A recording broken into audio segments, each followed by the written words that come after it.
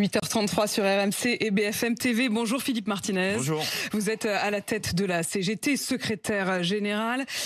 Vous avez 61 ans et si je ne me trompe pas, l'année prochaine, vous serez à la retraite. Alors, vous savez que pour partir à la retraite, il y a deux critères qui comptent, l'âge et le nombre de trimestres cotisés. Vous en êtes où ? Je ne suis pas encore à ce qu'il faut. Donc, comment vous allez faire ? Comme beaucoup de... Parce que dans 6 mois, vous êtes à la retraite de la CGT. Enfin, de votre job de secrétaire général de la CGT. Voilà, vous allez devoir trouver un autre job alors. Ah non, vous savez que je suis salarié de chez Renault et donc Vous allez reprendre... Je propose de retrouver un poste dans mon entreprise. Pour aller au bout de vos trimestres de cotisation. Pour avoir une pension complète comme le vivent de très nombreux salariés dans ce pays. Il y a l'âge légal et puis l'âge où vous pouvez partir avec une pension complète. Et si vos calculs sont justes, vous devriez pouvoir partir quand, vous, du coup ? Je pense dans 1 an et demi. Dans 1 an et demi, donc reprendre légèrement. Évidemment, cette question, elle vise à comprendre un tout petit peu mieux votre position aussi sur les retraites. Mais enfin, c'est pas votre cas individuel uniquement qui vous guide. Vous êtes opposé à cette réforme des retraites, qu'elle passe d'ailleurs par un amendement dans le budget ou qu'elle passe par la loi. Vous, quelle que soit la méthode. On est opposé à l'allongement de l'âge de départ à la retraite parce qu'on considère que c'est une aberration quand il y a autant de chômeurs dans ce pays. Garder plus longtemps ceux qui ont du boulot au boulot, ça veut dire empêcher ceux qui n'en ont pas d'en trouver. C'est assez simple comme raisonnement, mais je pense que c'est compris par tout le monde. Alors arrêtons-nous quand même un instant sur la méthode, puisque je recevais ici même à ce micro la Première ministre hier. On ne peut pas dire qu'elle ait franchement dit clairement si ça allait passer par voie d'amendement dans le budget ou si ça serait par une loi, mais en tout cas, elle a promis qu'il y aurait du dialogue. Écoutez. Moi, je souhaite qu'il y ait du dialogue, de la concertation avec les partenaires sociaux, avec les groupes parlementaires à l'Assemblée. Et on est en train de chercher la meilleure voie pour à la fois mettre en œuvre cette réforme rapidement, à l'été 2023, en même temps, trouver une place pour du dialogue et de la concertation. Du dialogue et de la concertation. Vous êtes les partenaires sociaux, vous avez été consultés ? Non, on a eu une réunion avec le ministre du Travail qui nous a expliqué ce qu'on connaissait déjà, c'est-à-dire le rapport du Conseil d'orientation des retraites. Mais c'est c'est un refrain qu'on connaît depuis un petit moment. Dialogue, concertation. On l'a connu avec d'autres premiers ministres, sur d'autres réformes des retraites.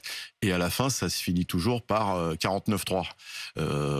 D'ailleurs, elle n'a pas exclu cette possibilité. Donc, il faut qu'on se mette d'accord sur qu'est-ce que c'est que le dialogue, qu'est-ce que c'est que la concertation et qu'est-ce que c'est surtout le fait de prendre en compte ceux avec qui vous parlez. Parce que ça, c'est un problème. Attendez, d'abord sur le dialogue et la concertation, vous dites en fait, on ne doit pas parler le même langage. Vous l'avez vu quand la dernière fois, Elisabeth Borne ? Ça doit être fin mai. Fin mai. Depuis, vous n'avez pas eu de réunion, d'échange. Non. Vous l'auriez souhaité ? Écoutez, dialogue, concertation, c'est comme ça que ça se passe, c'est ce qu'on fait là. Alors vous pourriez vous parler au téléphone, vous vous êtes pas non plus parlé au téléphone. Je veux juste que les choses, vous ne vous êtes pas parlé tous les deux depuis mai dernier. Oui. Donc quand elle dit dialogue et concertation, vous vous dites non. C'est pas le cas. Pour l'instant, c'est pas le cas. Et après, il faut se mettre d'accord sur la définition de la concertation. C'est-à-dire que, on part d'une posture où le président de la République a décidé tout seul qu'il fallait travailler plus longtemps. Enfin, tout seul. Il a été élu quand même. Il l'avait dit avant d'être élu il a été élu. Il a été élu. Après, on peut contester la manière dont il a été élu face à Marine Le Pen. Mais c'est la façon dont il a été élu, qui a voté pour lui. Un certain nombre de Français, pour ne pas dire un nombre certain, n'ont pas voté pour lui pour que l'âge de la retraite passe à 65 ans. Vous êtes d'accord avec moi ? Ce que vous voulez dire, c'est que les gens ont voté pour lui parce qu'ils ne pouvaient pas voter pour Marine Le Pen. Exactement. Et donc, c'est pas un choix. C'est plutôt un vote contre qu'un vote pour. Enfin, à la fin des fins, c'est la démocratie. Mais je ne conteste pas la démocratie. Mais considérer que parce qu'il a été élu, tout le monde est d'accord pour reculer l'âge de la retraite. Ce qui est son argument. Il dit, j'ai été élu en disant que j'allais changer les retraites, je le fais. J'allais dire, il a déjà fait le coup la dernière fois. Et donc, je pense qu'il faut que le président de la République fasse preuve d'un peu plus d'humilité. Vous voyez, c'est pas un défaut d'être humble. C'est d'écouter. Et il le dit, j'ai changé, j'ai écouté, il le dit tous les 6 mois à peu près. Si il a changé, il écoute, et il voit bien que sur cette question-là, les Français, très majoritairement, ne sont pas d'accord. J'ai vu un sondage, vous voyez, où 80% des moins de 35 ans, 80% des moins de 35 ans considéraient qu'il fallait soit rester à 62 ans, soit baisser l'âge de la retraite. Ce que vous voulez dire, c'est que même le rapport, alors là, arrêtons-nous un instant là-dessus, parce que le rapport au travail en ce moment est mouvant. C'est-à-dire qu'on le sent bien, on a parlé de la grande démission, alors là ça se passe aux États-Unis, mais même en France, les gens ont un rapport au travail qui est désormais différent, notamment avec aussi la baisse du chômage. Le salarié demande plus de garanties sur son rythme de vie, sur le fait de ne pas travailler trop. Est-ce que du coup dans ce contexte vous vous dites, en fait on a un rapport au travail où déjà on veut travailler moins aujourd'hui, donc on ne va pas en plus travailler plus longtemps? Ça fait très longtemps que le rapport au travail a changé, pas à cause du travail, c'est de la façon dont on vous oblige à faire votre travail. Moi, je croise beaucoup de salariés qui disent « je ne sais plus pourquoi je bosse ». On m'empêche de bien faire mon travail. Ça fait très longtemps que nous avons posé la question. D'ailleurs, à M. Macron, il était encore ministre de l'économie. Donc, ce rapport au travail, c'est plus la liberté de bien faire son travail. C'est le débat entre le travail prescrit et le travail réel. Donc, il faut prendre ça en compte. Et puis, évidemment, la Covid a modifié un certain nombre de choses. Et puis, on le voit bien, l'attractivité des métiers, le problème de salaire, je pense qu'on va en parler, le problème des conditions de travail. C'est tout ça qui, aujourd'hui, fait que le rapport au travail... Tout le monde veut travailler, mais on veut bien travailler et bien faire son travail. Et ça n'est plus possible dans un certain nombre de métiers. Alors précisément sur la question des retraites et des salaires, vous mettez les deux dans le même sac, puisque vous appelez à la mobilisation jeudi, en disant il faut augmenter justement les salaires plutôt que d'augmenter la durée du travail. Oui. Parce que, il faut augmenter les salaires parce que personne ne peut le nier. Il y a un problème de pouvoir d'achat dans ce pays. Mais ils sont augmentés pour un certain nombre. On avait parlé notamment de l'hôtellerie-restauration. Ils ont augmenté de 16 à 17%. Mais c'est depuis le 1er août. Il y a 89% des minima de branche qui se démarrent en dessous du SMIC. Ça, c'est la réalité. Même avec des augmentations. Enfin, c'est pour une bonne nouvelle, c'est parce que le SMIC a augmenté. Oui, mais si le SMIC augmente et que les minima de branche, parce que c'est ça la référence, n'augmente pas, ça ne change rien pour votre Vous devriez déjà vous satisfaire du fait qu'il y a au moins un des deux. C'est-à-dire tout aurait dû augmenter, ça j'ai bien compris. Non, parce que vous comprenez, pour que ce soit plus... Je vais essayer de mieux vous expliquer. Alors allez-y. Le SMIC. Merci de bien me faire comprendre que je n'ai rien compris. C'est peut-être la minute de formation d'Apolline de Malherbe. Allez-y. Le SMIC augmente. Mais après, il faut négocier dans les branches pour que les minima de branche arrivent au niveau du SMIC. Je crois que j'avais compris. Donc, pour beaucoup de salariés, même quand le SMIC augmente, ça ne change rien sur leur feuille de paye au niveau du salaire de base. C'est tout. Du salaire de base. Ça ne veut pas dire qu'ils sont payés moins que le SMIC à la fin du mois. Parce qu'on a des primes. Parce qu'il y a des primes pour compenser. Mais il faut se mettre d'accord. Le SMIC, c'est pas le salaire de base plus des primes, X primes. C'est le paiement de votre qualification. Point. Pour autant, Philippe Martinez, si vous dites « Ok, nous, on ne veut pas cette réforme des retraites », vous faites quoi? Vous laissez tout en l'état? Vous dites qu'il n'y a pas d'urgence, on n'a rien à faire? On peut reprendre des discussions qu'on avait du temps de M. Delevoye, vous en rappelez, où il y a eu déjà 6 mois de discussion. Nous, on pense qu'il faut faire évoluer le système actuel. Et le système actuel, il est pénalisant. Vous n'êtes pas pour le statu quo sur les retraites? Mais non, on n'a jamais dit ça. Mais pas rallonger l'âge de la retraite. Donc il faut prendre en compte les jeunes qui font de plus en plus d'études. Quand on démarre la vie active à 23, 24 ans, on en a parlé tout à l'heure en commençant, forcément, si on rajoute 42 ans de cotisation, vous voyez qu'on est très loin, même des 65 ans. Donc, les femmes qui ont des carrières hachées, beaucoup de temps partiel imposé, comment on fait pour prendre ça en compte? Donc, nous, on a fourni quelques pistes. Par exemple, un travailleur sur 2, travailleuse, n'est plus en activité au moment de l'âge légal du départ en retraite. Donc la question, c'est aussi l'emploi des seniors. On appelle l'emploi des seniors. Pourquoi les entreprises virent d'une façon ou d'une autre les gens au-dessus de 55 ans? C'est un des arguments d'Elisabeth Borne. Elle dit hier, si on repousse l'âge de départ à la retraite, alors les entreprises ne rechigneront pas autant à employer des seniors, à embaucher des seniors, puisqu'ils auront encore quelques années devant eux. On décalera le problème, mais on continuera à virer des plus anciens avant l'âge légal et on aura toujours le même taux de salariés qui ne seront plus au travail avant l'âge légal. Donc c'est ça que vous diriez à Elisabeth Borne, pour le coup, si vous la voyez. Vous savez, on l'a dit à Elisabeth Borne, à Emmanuel Macron, à Jean Castex et à Édouard Philippe, si vous vous rappelez du premier Premier ministre. Il faut donc traiter cette question. La deuxième chose, c'est l'égalité salariale entre les femmes et les hommes. C'est une grande cause nationale depuis que M. Macron est élu la première fois. Il y a toujours un écart de salaire de plus de 20%, 25% entre les femmes et les hommes. Rien que de rétablir cette égalité, c'est 6 milliards d'euros qui rentrent dans les caisses de la sécurité sociale. Et c'est les 10 milliards, c'est presque les 10 milliards que Elisabeth Borne compte récupérer avec l'allongement de la durée de travail. La grande différence, c'est qu'elle veut faire des économies. Enfin, M. Macron veut faire des économies sur le dos des salariés. Nous proposons d'augmenter les recettes avec des choses très simples. Mécaniquement, s'il y a une augmentation des salaires, il y a une augmentation des cotisations et donc il y a plus d'argent qui rentre dans les caisses. Puisque c'est proportionnel. Donc vous dites, ce qui est gagnant, c'est d'augmenter les salaires. Augmenter les salaires, employés seniors, égalité femmes-hommes, revoir les modalités d'exonération de cotisations sociales de certaines entreprises. Et puis, on pourrait taxer des revenus financiers parce que seul le travail cotise. Et vous savez qu'il y a beaucoup d'argent qui fait l'objet de spéculation. Eh bien, on pourrait taxer aussi, à travers des cotisations spécifiques, tous les flux financiers qui existent dans ce pays. Ils sont nombreux. Vous vous dites, on va chercher l'argent dans les flux financiers, par exemple. Là, par exemple, ils vont décider de taxer plus les laboratoires pharmaceutiques. Vous dites bravo. Il faut taxer pas que les laboratoires pharmaceutiques. Il y a quelques entreprises, on parle de super profits, mais moi je préfère parler de profits, qui ont gagné beaucoup d'argent sur le dos des citoyens comme vous et moi. Parce que le gaz, l'électricité, parce que les transports maritimes, il faut les taxer, oui. Et en même temps, à cela, Total répond par exemple, si vous me taxez ici, tant pis, j'irai faire mes profits ailleurs. Mais il est fait déjà ailleurs. Vous savez où. Mais donc, ce que je veux dire, c'est que, en fait, vous êtes dans la pure incantation. Mais non, c'est pas puisque vous-même, vous constatez qu'en fait, de toute façon, il n'y a pas de profit en France à taxer chez Total. Attendez, Total est une entreprise française. Ses profits, il les fait déjà ailleurs, parce que la ristourne sur la pompe, c'est marginal. Total fait 50% de ses profits dans l'extraction du pétrole. Et il les vend au prix qu'il veut aux distributeurs, comme la grande distribution en France. Donc, il faut taxer les profits dans leur globalité. Vous faites cet appel à la mobilisation, une journée de grève et de manifestation jeudi, mais ni FO ni la CFDT ne viennent avec vous. Oui, je le regrette, parce qu'on est tous d'accord pour dire qu'il y a un problème de salaire dans ce pays, et il faudrait qu'on se mobilise tous ensemble. Après, dans les entreprises, je constate qu'un certain nombre de syndicats FO, CFDT, je pense à la SNCF par exemple, appellent à la mobilisation, et c'est bien que on puisse élargir. Si on veut gagner, il faut que tous les syndicats soient ensemble. La plus grosse difficulté dans ce pays, c'est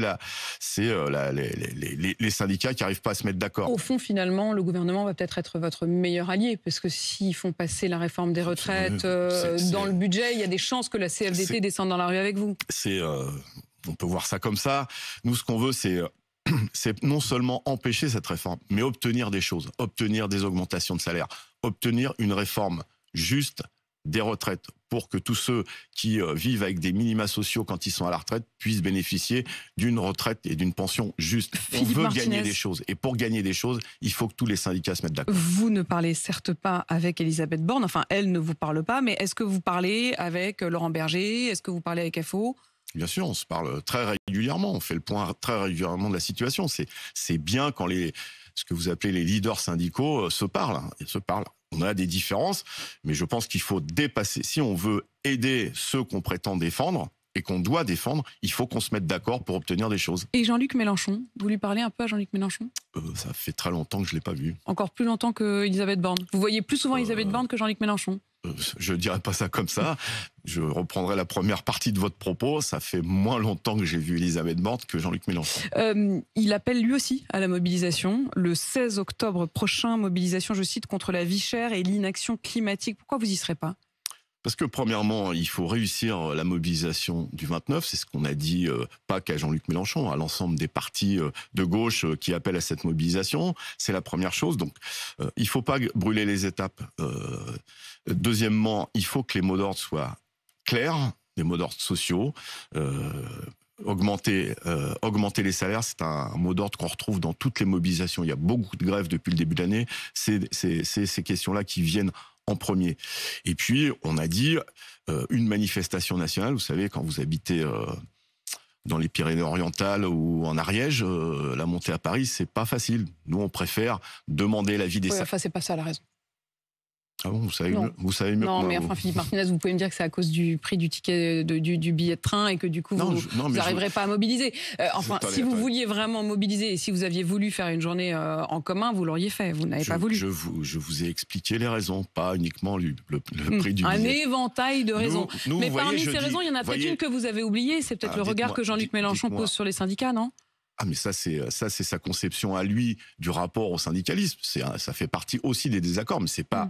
Il n'a pas l'air de tellement vouloir plus dialoguer avec vous qu'Elisabeth Borne. J'en sais rien. Vous lui demanderez quand il passera sur votre plateau. On peut pas, pour répondre directement à votre question, on peut pas considérer que les syndicats sont des faire-valoir ou des courroies de transmission, pour reprendre un terme qu'on utilisait beaucoup il y a quelques années, des organisations politiques. Il faut qu'on se respecte aussi. Et donc, vous n'avez pas ressenti beaucoup de respect dans la voix de Jean-Luc Mélenchon. Il faut qu'on se respecte. Ne faites pas les réponses à ma place. Mais je l'ai fait parce que vous ne la faites pas. Il faut qu'on se respecte. Et donc, chacun a un rôle spécifique. Il faut des liens, il faut des passerelles entre le mouvement social et le mouvement politique, mais dans le respect des uns et des autres. Justement, dans ce dialogue politique, il y a aussi un nouvel organe qui est ce Conseil national de la refondation. Laurent Berger y a été. Vous étiez invité, vous n'y avez pas été. Donc après, vous pouvez dire qu'il ne vous appelle pas, mais enfin là, il vous avait proposé, vous n'y avez pas été. Il ne m'avait pas appelé pour le préparer, par exemple, puisque vous voulez me taquiner là-dessus. Quand on prépare une réunion qui est une réunion au sommet, la moindre des choses, c'est qu'on passe un petit coup de fil, l'Élysée. Il y a des conseillers sociaux. Ils ont appelé Laurent Berger ? Mais j'en sais rien, moi j'ai pas l'agenda. Non, mais je sais pas s'ils ont appelé les uns plutôt que les autres. Je ne sais pas. En tout cas, vous, ils vous ont pas appelé. Moi, ce que je vous dis, c'est que quand on prépare une réunion qui a fait grand bruit, enfin qui a fait pchit, comme dirait quelqu'un après, mais qui a fait grand bruit, le minimum, c'est de dire voilà de quoi on va parler. La deuxième chose, c'est pourquoi créer quelque chose de nouveau alors qu'on pourrait faire mieux marcher ce qui existe déjà. Et dans le courrier que nous avons envoyé à Emmanuel Macron, on a parlé du Conseil économique, social et environnemental, qui est la 3e chambre de ce pays, qui fait des rapports où sont présents des ONG, des associations, des syndicats, qui fait des préconisations, et à chaque fois, on met ça à la poubelle. Voilà un endroit où on pourrait travailler et prendre en compte la vie. Et puis j'ai cru comprendre que Laurent Berger, je l'ai entendu il y a quelques jours dire qu'il n'était pas très content parce que lui il menace de quitter le CNR. Alors pour le coup il y aura été pour la première réunion, mais si en effet parce que la réforme des retraites passait par amendement. Je parle pas que de Laurent Berger, mais c'est assez désagréable d'aller à une réunion et à peine on est sorti de la réunion d'entendre le président de la République ou la première ministre dire on va faire comme ça et puis ce qu'on a discuté avant on s'en fout. Vous voyez ? Vous seriez plutôt Philippe Martinez France du travail ou droit à la paresse ? Moi je suis les deux. C'est pour ça qu'on demande la réduction du temps de travail à 32 heures, vous voyez ? On a besoin de travailler dans la vie. Demandez à tous ceux qui n'en ont pas du boulot comment ils aimeraient en avoir. Mais en même temps, il faut travailler moins. Il faut rééquilibrer le temps au travail et le temps pour les loisirs. Donc vous n'opposez pas les deux. On a vraiment le sentiment qu'en ce moment traverse la gauche ce débat. C'est-à-dire qu'on a, pour résumer, un Fabien Roussel du Parti communiste qui a dit « Moi, en fait, je suis contre le chômage et contre les cotisations chômage. » C'est-à-dire qu'au fond, je souhaiterais que tout le monde ait du travail et que donc on n'ait même plus cette France des cotisations, comme il a dit. Et à l'inverse, la réponse d'une Sandrine Rousseau, par exemple, c'est de dire « Mais en fait, le travail est une valeur de droite et je suis plutôt du côté du droit à la paresse. » Donc vous me posez la question, moi je suis pas... Est-ce que vous êtes Roussel ou Rousseau ? Je suis pas coordinateur de la NUPES, je suis secrétaire général de la CGT, je vous dis que le travail c'est essentiel dans la vie. Demandez à tous ceux qui n'en ont pas. D'ailleurs, le CESE, j'en parlais tout à l'heure, a fait un rapport sur les conséquences que pose le chômage sur la santé de ceux qui n'ont pas de boulot. Donc le travail, c'est essentiel. C'est du lien social. À la machine à café, on parle du boulot, mais on parle aussi, je sais pas, de la dernière pièce de théâtre, du dernier match de foot. Donc le travail, c'est pas une valeur de droite. Ça, pour le coup, vous diriez pas ça. C'est pas une valeur de droite. Le travail, c'est essentiel. Et c'est une valeur. Par contre, oui, bien sûr, mais il faut redonner du sens au travail, je vous en ai parlé, ça c'est un vrai sujet, et je regrette que dans ce pays on ne soit pas capable d'avoir un grand débat, puisque c'est à la mode les grands débats, sur la question du sens du travail, et en même temps, vous le savez, la CGT propose de moins travailler, 32 heures par semaine, parce que, comme dirait l'autre, il n'y a pas que le boulot dans la vie.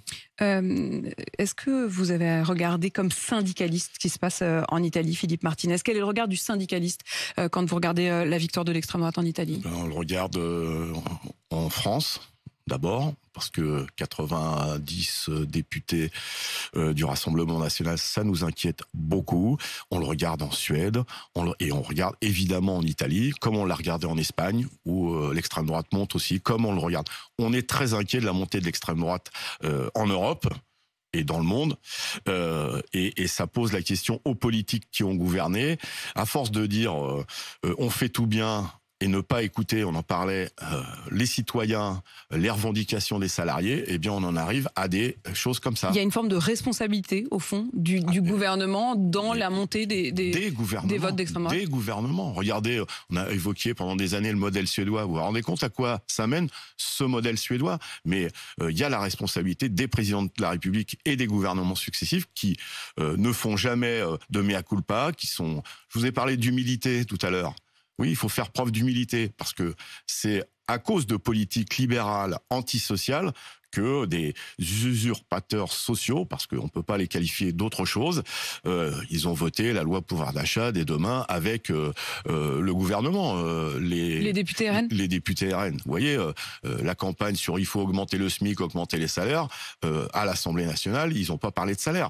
Donc il y a, oui, une responsabilité des gouvernements successifs, de gauche et de droite comme aujourd'hui, qui, dans cette montée de l'extrême droite. Philippe Martinez à la tête de la CGT qui appelle donc à la mobilisation jeudi. Merci d'avoir répondu à mes questions. Merci à vous. Il est 8h53 sur RMC BFM TV.